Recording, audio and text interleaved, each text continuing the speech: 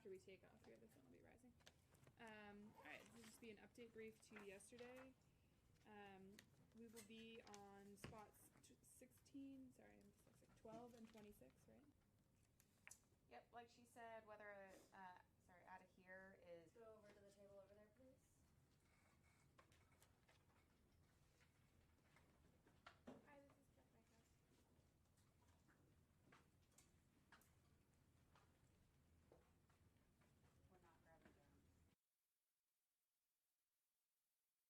Women in the Air Force was a program that served to bring women into limited roles in the United States Air Force. WAF was formed in 1948 when President Truman signed the Women's Armed Services Integration Act, allowing women to serve directly in the military. The WAF program ended in 1976 when women were accepted into the USAF on an equal basis with men. WAF was distinct from the Women's Auxiliary Ferrying Squadron, a small group of female civilian transport pilots that was formed in 1942 with Nancy H. Love as commander. WASP was folded into the Women Air Force Service Pilots in 1943. WASP was disbanded in December 1944.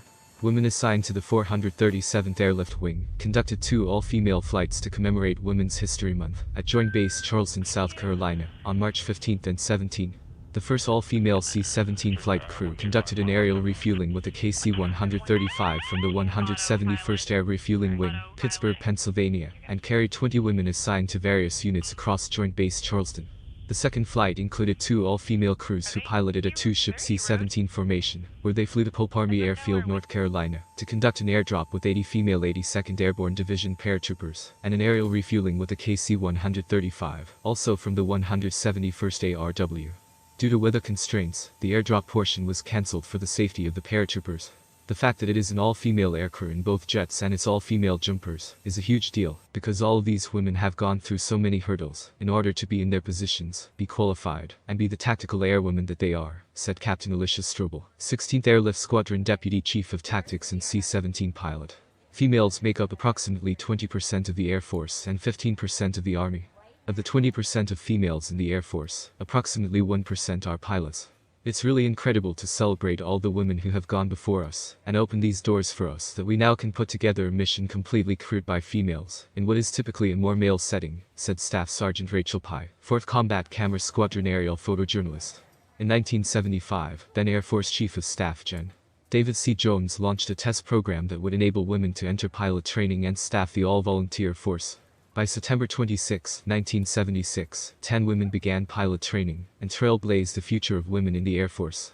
When we speak of dreaming like a girl, we are saying that the scope of what we can do is limitless, said Chief Master Sergeant Charmaine Kelly, 437th Airlift Wing Command Chief.